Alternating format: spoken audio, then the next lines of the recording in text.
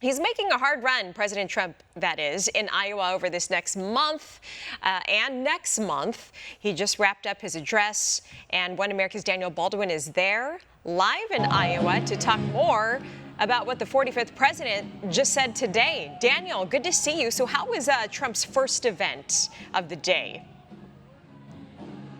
Well, it was fascinating. At these smaller events that he tends to do, and I say smaller in quotations because the room was still packed. Hundreds of people came out on a Wednesday morning, no less, in Jackson County, Iowa.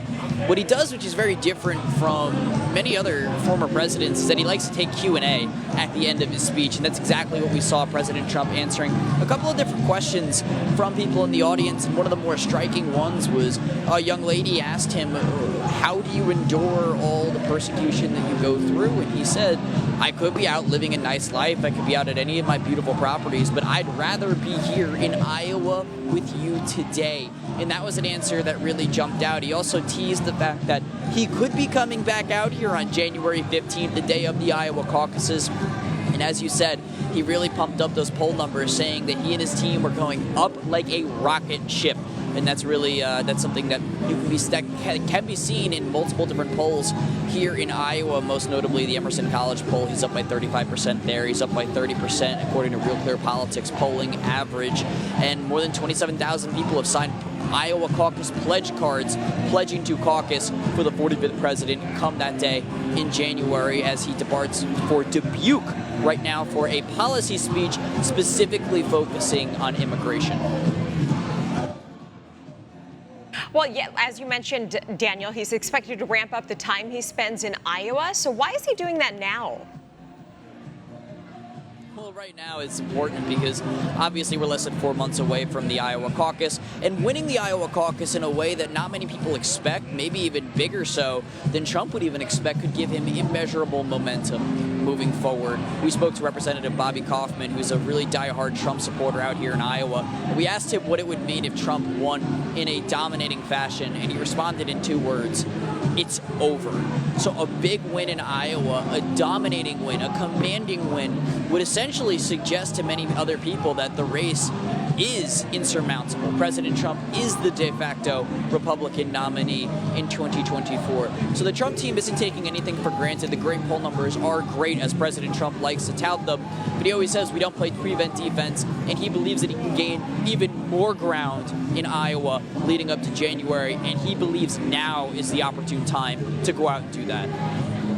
We saw President Trump, he plans to skip the second GOP debate, meet with auto workers in Detroit instead. How do you think that visit will differ from what we heard earlier this week from President Biden? Well, Union Joe's having some trouble. Obviously, the UAW trying to work through this strike, this negotiation, but they're withholding an endorsement from President Biden. Trump views this as an opportunity.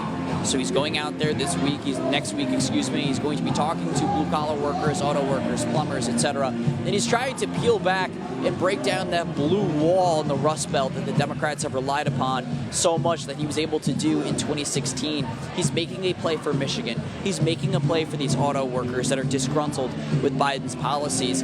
And he's making a play against Biden's electric vehicle mandate in 2032. All of these in one fell swoop with one move, on top of the fact that he's counter-programming the GOP debate, pointing to the fact that that's the junior varsity level. I'm at the varsity level. I have my eye on the greater prize here, which is the general election, which is the state of Michigan, while also keeping my eye also on the primary by going and doing events in Iowa like this and throughout the month of October. All right, One America's White House correspondent Daniel Baldwin will check back in with you later in the day. Thanks for that report. We'd like to welcome you to our new home for uncensored news and hard-hitting talk shows. If you're tired of cable companies and social media giants chipping away at your most basic and important right, freedom of speech, by shadow banning, demonetizing, censoring, and policing every single one of your posts, then One America News on Locals is just what you've been looking for. Finally, you'll have the freedom to express your point of view and stay connected with like-minded fellow patriots. And the best part is, OAN on Locals is only $5 a month. All of our credible, honest, unbiased reporting, ad-free talk shows, and exclusive content, all at the fraction of the cost of cable. So to watch, just click the join button to get the news you can't get anywhere else.